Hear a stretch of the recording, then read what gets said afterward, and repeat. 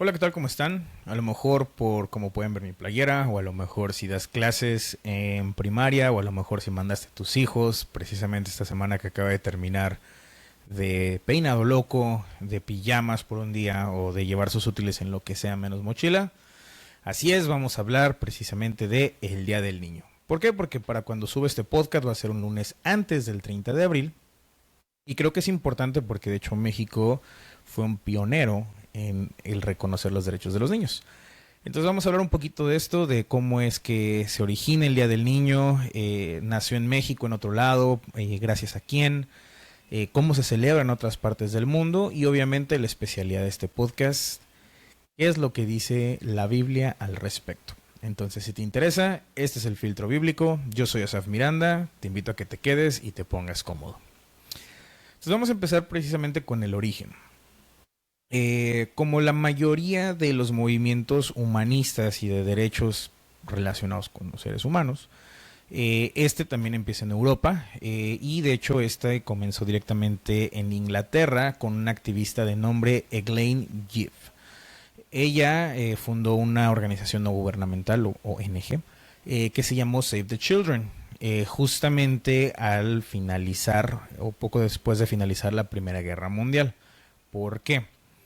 Ella quedó un poco consternada con los horrores que los niños también sufrieron durante este combate o durante este periodo bélico, porque al final del día muchos de ellos quedaron huérfanos, quedaron completamente desamparados, algunos separados de su familia, y ellos en medio de tratar de ganarse algo de comer, iban a lo mejor al campo de batalla, y pues les tocaba alguna bala perdida o lo que fuera, o terminaban lastimados o a lo mejor en el menos peor de los casos, pues terminaban con algún tipo de trauma por lo que veían. Y ellos lo que hacían era que pues al final del día si no tenían que comer se acercaban pues a los soldados para tratar de hacer algún tipo de trabajo que pudieran, incluso no sé, limpiarles los zapatos para poder tener una moneda y poder comer. Y también junto con esto, algunos de ellos, pues te repito, terminaron lamentablemente perdiendo la vida en fuegos cruzados o en golpes de artillería donde pues no tendrían por qué haber estado ahí.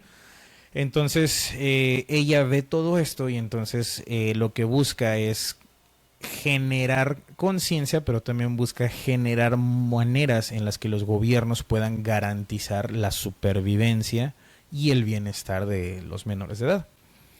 Entonces, es así como se acerca con una organización que de hecho es la predecesora de la ONU, porque en este entonces pues no existían las Naciones Unidas, pero lo que sí existía era precisamente la Sociedad de las Naciones. Entonces Gibb lo que hace es que se acerca con ellos, impulsa estas ideas y es así como en 1924 logró que se promulgara la Declaración de Ginebra sobre los Derechos del Niño.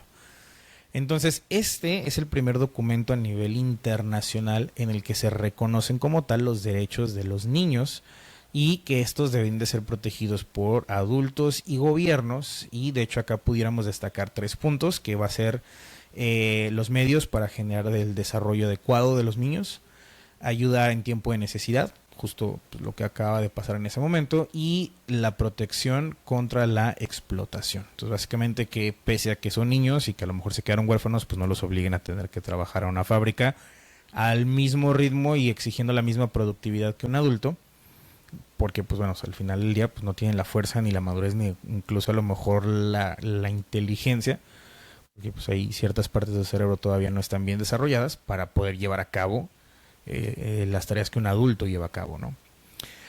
Entonces, esto es así y más tarde ya la ONU, ya existiendo como tal, aprueba primero la Declaración de los Derechos del Niño el 20 de noviembre de 1959. Entonces, básicamente 3 años, un poquito más de 30 años después de la promulgación de GIF. Y hasta el 20 de noviembre de 1989 es que se celebra la Convención sobre los Derechos del Niño y es aquí donde se emite ya la recomendación a nivel internacional de tener un día dedicado precisamente a los niños, de manera ya sea celebración o conmemoración. Y bueno, pues como ya eran precisamente dos decretos, o bueno, una cumbre y un decreto dentro de la misma fecha que es el 20 de noviembre, pues la recomendación es que el Día del Niño sea precisamente el 20 de noviembre. Y es aquí donde tú me preguntarás, bueno, pues en México no lo celebramos el 20 de noviembre, acá pues celebramos otra cosa el 20 de noviembre y el Día del Niño lo celebramos el 30 de abril. ¿Por qué? Para esto tendríamos que a lo mejor regresarnos otra vez un poquito en el tiempo, 30 años, hasta 1924. En estas épocas estaba, y me quito el sombrero, el expresidente Álvaro Obregón, y junto con él el secretario de Educación Pública, el legendario José Vasconcelos, ¿no? Si tú eres mexicano sabes a lo mejor a quiénes me refiero. Precisamente si te acuerdas de tus clases de historia, sabrás que en esta época venían de haber terminado la guerra de la Revolución Mexicana, o sea, precisamente este combate donde participaron Porfirio, bueno, comenzó por echar a Porfirio Díaz de la dictadura, con Gustavo Madero, y bueno, pues ya de ahí viene todo este periodo de violencia y de ataques y de pelearse ahí entre ellos por el poder, en el que pues tuvo que ver Venustiano Carranza, Emiliano Zapata, Pancho Villa, etcétera, etcétera. Entonces termina este combate y es precisamente común que había gente que estaba resentida, que perdieron absolutamente todo, que no tenían trabajo, no tenían tierra, no tenían absolutamente nada que comer. Y junto con esto, precisamente es que nace la famosa frase, ¿no? Que hasta que la revolución me hizo justicia, o hasta que me hizo justicia la revolución. Y esto tiene todo que ver porque precisamente la gente terminó con las manos vacías. La gente estaba molesta, estaba resentida socialmente y también estaba pues esta furia todavía, ¿no? Y este problema latente de que en cualquier momento otra vez nos íbamos a agarrar a zapes. Entonces, precisamente tratando de mejorar esta situación es que entra en escena el expresidente Álvaro Obregón. Y si te acuerdas de tus clases de historia, Álvaro Obregón junto con José Vasconcelos fueron los responsables de la creación de la Secretaría de Educación Pública, o sea, la SEP, con el objetivo de garantizar la educación gratuita para todos los mexicanos. Que a lo mejor tú vas a decir, bueno, pues a lo mejor en pleno siglo XXI, en pleno 2026, hay todavía comunidades rurales donde no hay escuelas, donde no hay maestros, donde ni siquiera llega el internet. Y es una realidad, o sea, no lo vamos a negar. Y obviamente, pues ellos lo conciben de esta forma, pues tomando en cuenta los recursos y las limitaciones o alcances, como lo quieras ver, tecnológicos de su época. Entonces, el intento o el objetivo era precisamente garantizar que hubiera este desarrollo para los niños y precisamente ellos también lo que hacen es que impulsan el tema de la reforma agraria, también impulsaron los derechos laborales y también impulsaron un movimiento artístico que a lo mejor te va a sonar familiar, que es el muralismo. Y por lo que son más reconocidos precisamente también por los famosísimos acuerdos de Bucareli. Todo esto a lo mejor nos da para un podcast solito, pero pues no es el objetivo de este podcast. Entonces, pues por ahí te invito a que repases tus libros de historia o bueno, pues ya después ahí a ver si nos contamos con otros para hacer un especial de eso. Pero bueno, quizás tú lo sepas, quizás no, pero bueno, México siempre ha sido uno de los países más progresistas en cuanto a los derechos humanos. Y precisamente México fue de los primeritos en tomar en cuenta o el adoptar esta declaración de Ginebra de los derechos del niño. Entonces ellos lo que hicieron fue poner esta fecha dentro del calendario y accionar o generar ciertas regulaciones en pro de esta declaración. Entonces, acá te voy a citar un poquito a José Vasconcelos y lo que él decía. Considero que la educación y la preparación de las nuevas generaciones es fundamental para forjar una nación moderna y justa. Entonces, aquí cuál es la cuestión, pues si a lo mejor le pusiste atención al inicio, pues esto es básicamente 30 años antes o un poco más de que se declare el 20 de noviembre como el Día Internacional del Niño. Y a lo mejor aquí tú vas a decir, bueno, pues es que aquí en México el 20 de noviembre nosotros celebramos la revolución, precisamente, o conmemoramos la revolución. Y es precisamente este periodo del que ellos vienen. Entonces es así como ellos, teniendo el calendario de la SEP de este entonces, o sea, porque a lo mejor tú vas a decir, oye, pues es que a lo mejor no me va a cuadrar lo que vas a decir, déjame te digo, para el calendario de la SEP de este entonces, el 30 de abril ya estaba cerca del fin del ciclo escolar, entonces lo que buscaban era tratar de que esto se celebrara en un periodo de clases para que asegurar que la mayoría, si no es que todos los niños que asistían a clases pudieran recibir esta celebración y participaran obviamente maestros y en medida de lo posible también los papás de estos niños. Y a lo mejor aquí sí es donde tú vas a decir, bueno, pues es que a lo mejor hoy en día, 2026, para cuando estoy grabando este podcast, en México salen de vacaciones los niños de educación básica por ahí de junio, julio y regresan a mediados de agosto. Pero de nuevo, pues aquí estamos hablando de 1924 y también estamos hablando de una época en la que la SEP se estaba apenas comenzando a forjar a como la conocemos hoy en día, ¿no? Entonces, el propósito de José Vasconcelos de que se celebrara o de que se conmemorara el Día del Niño y precisamente en el tema de las escuelas y que hubiera toda esta participación era promover y reflexionar sobre la importancia de garantizar una vida libre de violencia para los niños. Y pues obviamente que dejaran ese resentimiento social y también dejaran a lo mejor esa actitud embravecida que te decía ahorita. Reafirmar los derechos establecidos en la Constitución mexicana, que a lo mejor tú sabías esto o no, pero México fue de los primeros países en abolir la esclavitud. Y de hecho, la Constitución mexicana de 1917 fue tomada, los primeros artículos, para la Carta Magna de los Derechos Humanos. Entonces, básicamente, independientemente de donde estuvieras tú, si tú ponías un pie en suelo mexicano siendo esclavo, en el momento en el que tú tocabas México, dejabas de ser esclavo y estaba prohibido que te explotaran. Entonces, precisamente, estos eran los derechos que buscaban garantizar también con la celebración del Día del Niño, pues obviamente enfocado a los niños, ¿no? De aquí también lo que buscaban era crear conciencia y visualizar los problemas del trabajo infantil y la desnutrición. O sea, básicamente, mira qué bien te le está pasando a tu niño, está mejor aquí que en una fábrica o que en el campo trabajando. Y pues obviamente el recibir una educación pues les iba a abrir la puerta, pues a lo mejor para mejores oportunidades, ¿no? Entonces, así es como se comienza a celebrar en México y aquí es donde me gustaría hacer como que la apertura para que vayas viendo cómo es que se celebra en otras partes del mundo. Empezando por quienes sí lo celebran el 20 de noviembre, que van a ser en este caso España, Hungría y Portugal. Lo celebran o lo pusieron en su calendario como lo recomendó la ONU. Sin embargo, ellos no hacen como que a lo mejor tanta celebración o tanta fiesta como la hacemos en América Latina y ahorita te voy a explicar un par de datos. Y a lo mejor ahí sí se va a ver un poco más restringido o limitado a la cultura de los papás de los niños y el cómo quieran ellos celebrarles esta época del año. Y pues bueno, precisamente los que sí celebran a lo mejor un poco ya más en grande son Japón. Ellos lo celebran precisamente el 5 de mayo dentro de lo que ellos denominan la Semana Dorada. En esta Semana Dorada ellos blanden un tipo de estandarte en específico y a los niños los visten con armaduras de guerreros samurái y les dan el dulce Kashiwa Mochi. Espero haberlo pronunciado bien. Entonces así es como lo celebran ellos. En Turquía se celebra el 23 de abril y se nombró como el Día de la Soberanía Nacional del Niño. Y precisamente lo celebran dejando que los niños simbólicamente ocupen cargos de gobierno durante ese día. Entonces, pues básicamente durante ese día los niños gobiernan.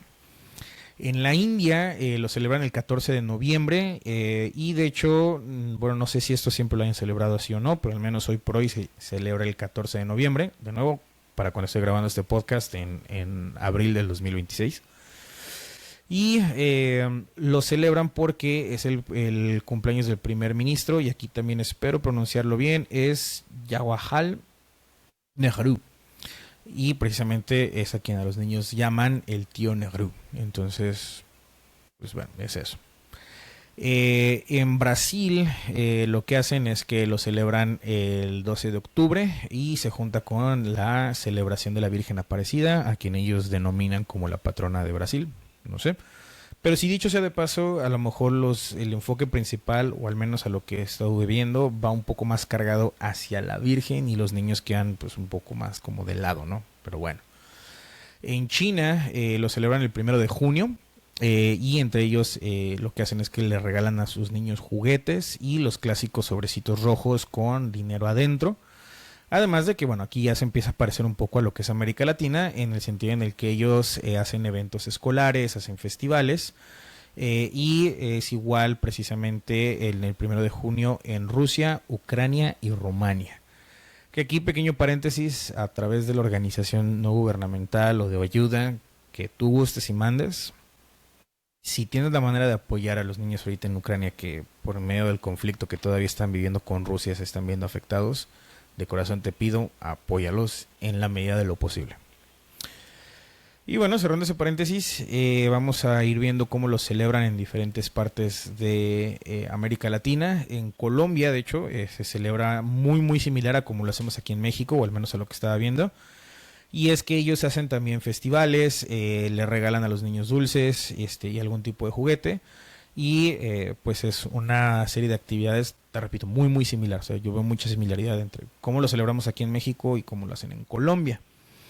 De ahí, precisamente también Argentina lo celebran el tercer domingo de agosto, que de hecho coincide o lo hacen a propósito durante el periodo de vacaciones de verano.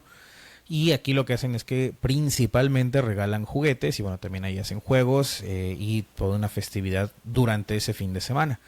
Pero aquí es un indicador económico muy curioso, porque precisamente en esta época del año es cuando la venta de juguetes se dispara y de hecho incluso rebasa lo que normalmente venden en Navidad.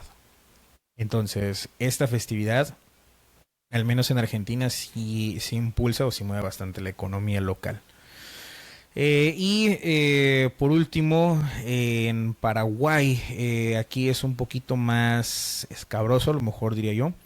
Ellos lo celebran el 16 de agosto y lo celebran precisamente en esta época porque el 16 de agosto de 1869 fue la famosa batalla de Acostañú.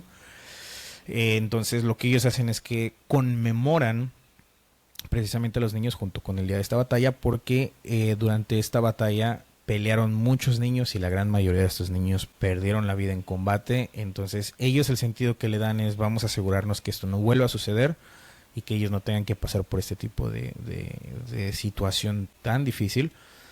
Pero en lo personal, pues digo, yo sí creo que es demasiado lúgubre el celebrarlo o el conmemorarlo de esta forma, porque incluso pierde la tonalidad de festividad y lo hacemos algo pues más serio. Pues sí, digo, obviamente es importante recordar los errores del pasado para no cometerlos, pero pues vamos, creo que a lo mejor sí sería válido el que puedan separar esa festividad y pues asignar un día para celebrar a los niños, ¿no? Y ahora sí, vamos llegando a la parte del filtro bíblico. Si bien te acuerdas, o a lo mejor llevas mucho rato dentro de la iglesia, siempre que hablamos precisamente de los niños dentro de la Biblia, citamos el mismo pasaje en los evangelios en los que los discípulos están tratando de alguna manera de detener o de retener a los niños de acercarse a Jesús. Eso te lo vas a encontrar precisamente en el Evangelio de Marcos, capítulo 10, versos entre el 13 y el 16, pero también los puedes encontrar en Mateo y en Lucas. Entonces, para darte un poquito de contexto, aquí está Jesús, todavía en estas épocas, o en estos a lo mejor lo que conocemos hoy día como rallies, en los que la gente se acercaba por multitudes a él tratando pues igual de obtener lo que muchos hacemos hoy en día cuando nos tratamos de acercar a Dios o acercarnos a Jesús, que es pues en momentos de necesidad, buscando algún tipo de sanidad, buscando algún tipo de respuesta, algún tipo de liberación, para tratar de sanar internamente. Y digo, lo que dije el podcast pasado y lo que digo ahorita, ¿no? Todos necesitamos de Dios todo el día y mucho. Entonces, lo que hacen es que la gente trata de también acercar a sus hijos a Jesús, y en el Evangelio de Marcos, de hecho, dice que los niños eran los que buscaban proactivamente acercarse a Jesús. Y aquí es donde yo quisiera denotar un par de cosas que me llaman honestamente la atención, y es que un niño siente cuando no lo quieren o cuando no es apreciado. Y después ya de ahí empiezan a generar ciertas inseguridades o a lo mejor buscan tener la aceptación o la atención de los mayores que están a su cuidado.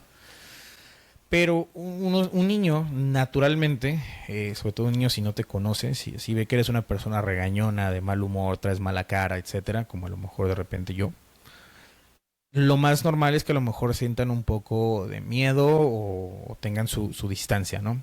Es como que a lo mejor, y ese señor, quién sabe. En cambio, ellos buscaban acercarse a Jesús y dentro de esto, pues ellos a lo mejor no estaban del todo conscientes de lo que eran los milagros que estaban viendo suceder. Pero lo que sí veían era alguien que caía bien, que era carismático, que les escuchaba y que les daba un lugar. ¿Por qué lo menciono de esta forma? Para darte otra vez contexto, dentro de la cultura hebrea, en este entonces, los niños no eran vistos como pues, los vemos hoy en día y tampoco eran un foco de atención como lo es hoy en día, sino que la cultura era más bien de tenerlos como ciudadanos de segunda clase, o sea, tenían menor estatus que un adulto, no tenían voz, no tenían influencia, y esto es, pues de cierta forma común a lo largo de esta época en la historia humana en general, porque de hecho ni siquiera le celebraban un cumpleaños. De hecho, por eso es que a la fecha sigue habiendo todos estos debates teológicos como el que cubrí en el Mitos de Navidad, que por acá te voy a dejar la tarjeta, en el que la gente pues no celebraba el nacimiento. A lo mejor sí sabían cuándo nacías y pues obviamente llevaban el conteo de, bueno, hoy cumples años y pues ya tienes 2, ya tienes 3, ya tienes 30. Pero no había la cultura de celebrar el cumpleaños como tal. Entonces, por eso es que hay tantos debates de que si Jesús nació durante el verano, o que si a lo mejor y si nació en diciembre, o que si nació en marzo, etcétera, etcétera. Porque de nuevo, pues no lo festejaban a nadie en general. ¿Por qué? Y este es mi punto de vista como financiero.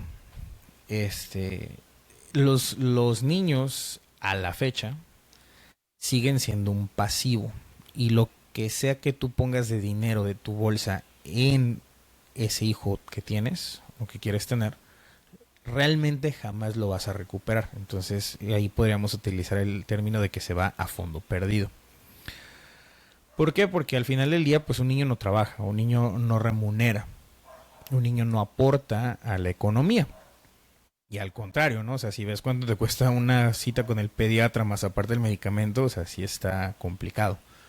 Entonces justo es lo que sucedía. Entonces los niños al no producir, al ser un pasivo y no algo que les redituara, eran precisamente tratados o considerados como alguien de segunda clase. No que no los quisieran, pero no eran el foco de atención o no eran tan visibles ni tan importantes como lo concebimos hoy en día.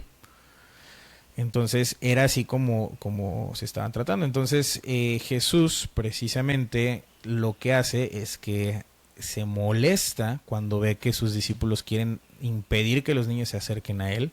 Y de hecho tiene una reacción bastante fuerte y los regaña. Para eso sí me gustaría leerte directamente acá, de la Reina Valera contemporánea. Te decía ahorita es en el Evangelio de Marcos, capítulo 10, versos a partir del 13. Y te lo voy a leer, dice tal cual: llevaron unos niños a Jesús para que los tocara, pero los discípulos reprendieron a quienes los habían llevado. Al ver esto, Jesús se indignó y les dijo, y de hecho si tú tienes tu Biblia impresa, a lo mejor también te va a aparecer como que en un color diferente, porque son palabras textuales de Jesús, y dice: dejen que los niños se acerquen a mí, no se los impidan, porque el reino de Dios es de los que son como ellos. Y continúa diciendo, como manera de regaño, pero ya a la gente en general, ¿no? Y dice: de cierto les digo que el que no recibe el reino de Dios como un niño, no entrará en él. Entonces Jesús tomó a los niños en sus brazos, puso sus manos sobre ellos y los bendijo. Entonces justo esto, lo que está haciendo Jesús es todo lo contrario a lo que es la norma o la forma de ver a los niños en este entonces. Entonces, lejos de tratarlos como ciudadanos de segunda clase y rechazarlos y de estarlos haciendo un lado, lo que hace es que les da valor, los dignifica y además los pone como un ejemplo espiritual. Y aquí es donde podemos destacar un par de cualidades. Entre ellas es la dependencia, ¿verdad? Entonces, un niño precisamente porque no trabaja, porque no puede valerse por sí mismo, depende 100% de sus papás. Y si te soy honesto, y a lo mejor tú creciste con papás que pudieron darte lo que necesitabas, a lo mejor no muchos lujos, pero nunca te hizo falta como tal ropa, comida, los útiles y te estuvieron mandando a la escuela constantemente. Tú puedes entender a lo mejor un poco mejor ese proceso o ese término de la dependencia. Porque es, yo lo necesito, pero pues yo no sé cómo lo van a hacer. Es domingo 10 de la noche y pues yo ahorita le voy a decir a mi mamá que ocupa una cartulina para mañana. Y la mamá es la que les resuelve, ¿no? O el papá. Y justamente esa es la dependencia que nosotros podemos desarrollar de Dios. El decir, ok, si estoy pasando por un problema, estoy pasando por una situación delicada, a lo mejor no sé qué voy a hacer, no sé siquiera cómo le voy a hacer para comer mañana, pero Dios sigue estando en control. Y mi circunstancia, mi situación depende de Él. Y que yo puedo estar confiado en que si yo voy y busco un trabajo, o que si a lo mejor me pongo ahí a recoger escombro o algo, Él me va a respaldar y me va a ir bien. Voy a poder salir adelante. Otro tema que denota es la confianza, ¿verdad? Entonces, de hecho es algo que estaba predicando el domingo antes de que salga este podcast, acerca de la confianza de que nosotros tenemos de acercarnos al trono de gracia y de acercarnos a Dios y de llamarle Abba, Padre. Entonces, si te interesa saber un poquito más, voy a tratar de subir la predicación no mucho después de cuando sube este podcast para que lo puedas ver. Pero precisamente esa es la confianza, ¿no? El de yo llego a este lugar sabiendo que mi papá es el dueño y que yo puedo tomar o puedo disponer de lo que hay aquí. No que yo te esté diciendo de que, sí, o sea, todo lo que ves es tuyo y la Cheyenne también. Y ahorita vete a la agencia de Chevrolet y pisa la Cheyenne porque ya es tuya y porque en el nombre, no, o sea, esto no es evangelio de la prosperidad. Pero sí la confianza, yo te voy a dar un ejemplo a lo mejor un poco muy, muy simple, muy tonto, pero que es algo que a mí me pasaba, ¿no? Mi papá, él tiene un taller en el que utilizan diferentes herramientas, diferentes máquinas, pero también en este taller, pues en su oficina, él tiene o tenía un refrigerador en el cual pues guardaba a veces sí cosas que a lo mejor no se terminaban y que eran para llevar, o a lo mejor que, como que ya se terminaban dando a los perros, o a lo mejor guardaban, y principalmente sí guardaban botellas de agua, y algunas como estas que están acá, la Perrier, no es comercial ni nada, pero esta es una de mis favoritas. Esta agua mineral ahí estaba y él las compraba, pues yo simplemente entraba y la que quería la agarraba y me la tomaba. No tenía que pedir permiso, no tenía que ponerme de rodillas y de que, Padre mío, te pido que por favor me puedas dar permiso de abrir el refri y agarrar una botella de agua. No. Y él veía que yo llegaba y la abría y agarraba y me la empezaba a tomar y no tenía yo ni siquiera que pedir permiso. No porque a lo mejor yo fuera una persona irrespetuosa con él, sino porque yo sabía, tenía esa confianza de que eso lo había puesto él ahí. Y que yo podía tomarlo. ¿Por qué? Porque simplemente era su hijo, o soy su hijo. Entonces no había la necesidad de yo tener que hacer algo extra para poderme ganar una botella de agua. Simplemente pues era una botella de agua, ahí estaba, tómala, acábatela. Se acaba, voy y compro más y vuelvo a poner ahí en el refri y se vuelven a enfriar, y si quieres más, ves y ve y agarra más. Esa confianza, precisamente, es el que tienen los niños hacia con sus papás, es la que Dios quiere que tengamos hacia Él, ¿verdad? Y que esos recursos de los que te estoy hablando, que tú puedes tomar, son estos recursos celestiales, que precisamente es el amor, paz, paciencia, benignidad, templanza, fe, bondad, mansedumbre. Y que también puedas acercarte confiadamente al trono de gracia, según lo que dice Hebreos 4:6, para que tú, lo que sea que tú necesites, el problema que tú tengas, cualquier ayuda que requieras de parte de Dios, tú simplemente puedes acercarte y de que, oye papá, se me atoró esto, échame la mano. Y Él lo va a hacer. Entonces, esa confianza que tienen los niños, y a lo mejor no que también no quiera darle yo a Dios el lugar que es como el Dios creador, pero pues yo así le hablo a mi papá. Y yo nada más, hey, ¿qué onda, pa? ¿Cómo estás? Y me paso a su cocina y agarro lo que quiera. Entonces es precisamente esa confianza.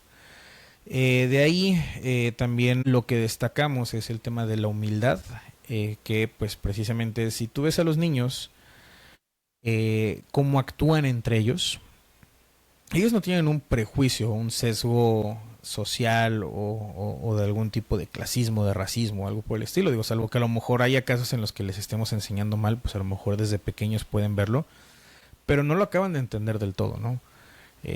Por ejemplo, este comercial que hubo antirracismo en el que veían como, no es cierto, no es un comercial, es una película de Babe Ruth, si no mal recuerdo, en la que entra el jugador de béisbol al campo y la gente lo empieza a buchar por ser afroamericano y está un niño de unos 7 8 años y él no entiende por qué es que los demás lo están gritando, pues él simplemente ve a otra persona más ahí parada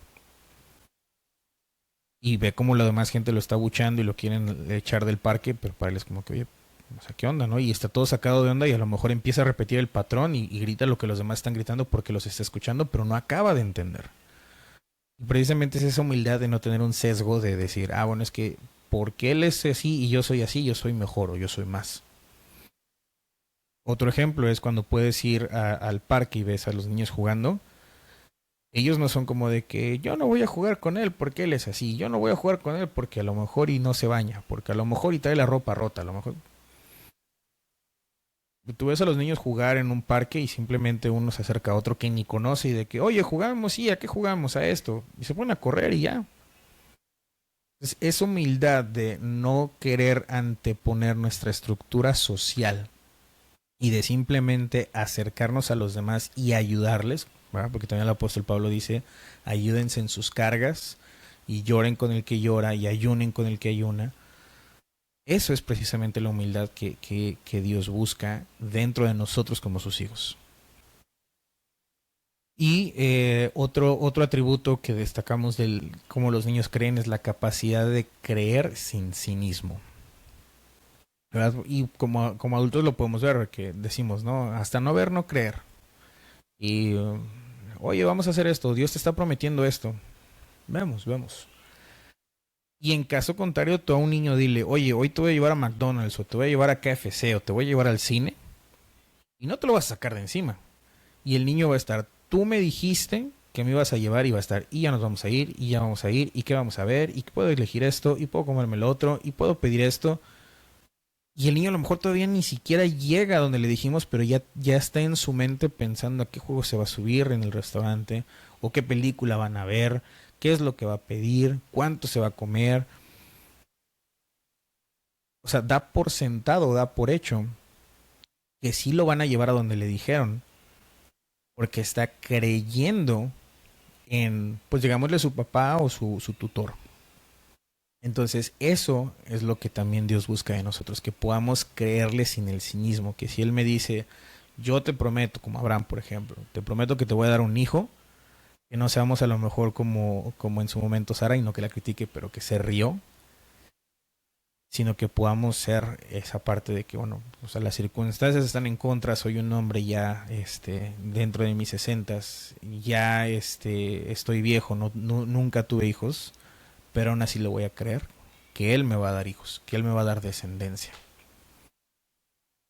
Y es lo que podemos ver y por eso es que hoy día conocemos a Abraham como el padre de la fe, ¿no? Entonces, pues para ir un poco cerrando, si bien el Día del Niño muchas veces se queda simplemente en dulces, regalos y fiestas, pues no te estoy diciendo que esté mal celebrar, pero desde una perspectiva bíblica, creo que estamos enfocándonos un poco mal al celebrar a los niños nada más en esto. ¿Por qué? Porque los niños no nada más deben de ser celebrados, sino que deben de ser guiados. Por eso también la Biblia dice, ¿no?, que nunca se aparte este libro de la ley, instrúyelo en su camino para que cuando sea viejo no se aparte de él. No solamente se trata de generar una alegría del momento, sino también entender que ellos son responsabilidad de nosotros. Y aunque a lo mejor sí nos cause alegría el tenerlos y esa noticia de que vas a ser papá y cuando por fin nace y lo puedes cargar, no nada más es ese momento de felicidad para nosotros como padres o como adultos, sino también es una responsabilidad de poderlos encaminar y guiar de la forma correcta. Seas cristiano o no, pero simplemente que formes personas de bien. Y todavía más fuerte, no nada más se trata de a los niños generarles la felicidad en este ratito del 30 de abril, o a lo mejor en su cumpleaños, en su piñatita, sino se trata de que precisamente los podamos acercar a la fuente inagotable de alegría que es Cristo todos los días. Entonces, por eso es que Jesús decía, no les impidan que se acerquen a mí. Entonces aquí la pregunta incómoda sería si nosotros hoy en día estamos impidiendo que nuestros niños se acerquen a Él. Ya sea por nuestra falta de tiempo o porque estamos enseñándoles mal o les estamos dando un mal ejemplo o incluso simplemente estamos dejando su desarrollo de lado, dejando que sean absorbidos por lo que ven en YouTube o lo que ven en otra red social y simplemente copiando y aprendiendo moldes de voces que ni siquiera son nuestras, que no son de su casa. Entonces aquí quizás el verdadero filtro bíblico para el Día del Niño no es si se celebra o no, o si está bien o si debemos o no celebrarlo, sino qué tanto estamos acercando a nuestros niños a Jesús. O si de plano y les estamos estorbarnos sin darnos cuenta. Eso es todo lo que tengo para ti esta semana. Espero te haya gustado. Si te gustó, te invito a que le dejes un like para que el algoritmo nos ayude a llegar a más personas. Si te sirvió y crees que le puede servir a alguien más, te invito a que se lo compartas. También te invito a que te suscribas para que puedas estar escuchando las prédicas que vamos a estar subiendo, que se han estado haciendo últimamente. Y también obviamente cada lunes que vamos a estar subiendo este podcast. Si algo no te pareció, si tienes dudas, comentarios, siempre estoy abierto al debate. Me lo puedes dejar en los comentarios de la plataforma donde me estés viendo o escuchando. Y no me gustaría irme sin antes recordarte como cada semana que pues, yo no soy Dios, yo no lo sé todo, yo no tengo todas las respuestas, pero sí soy alguien que busca aquel que es la fuente de toda sabiduría. Gracias y nos vemos la siguiente semana.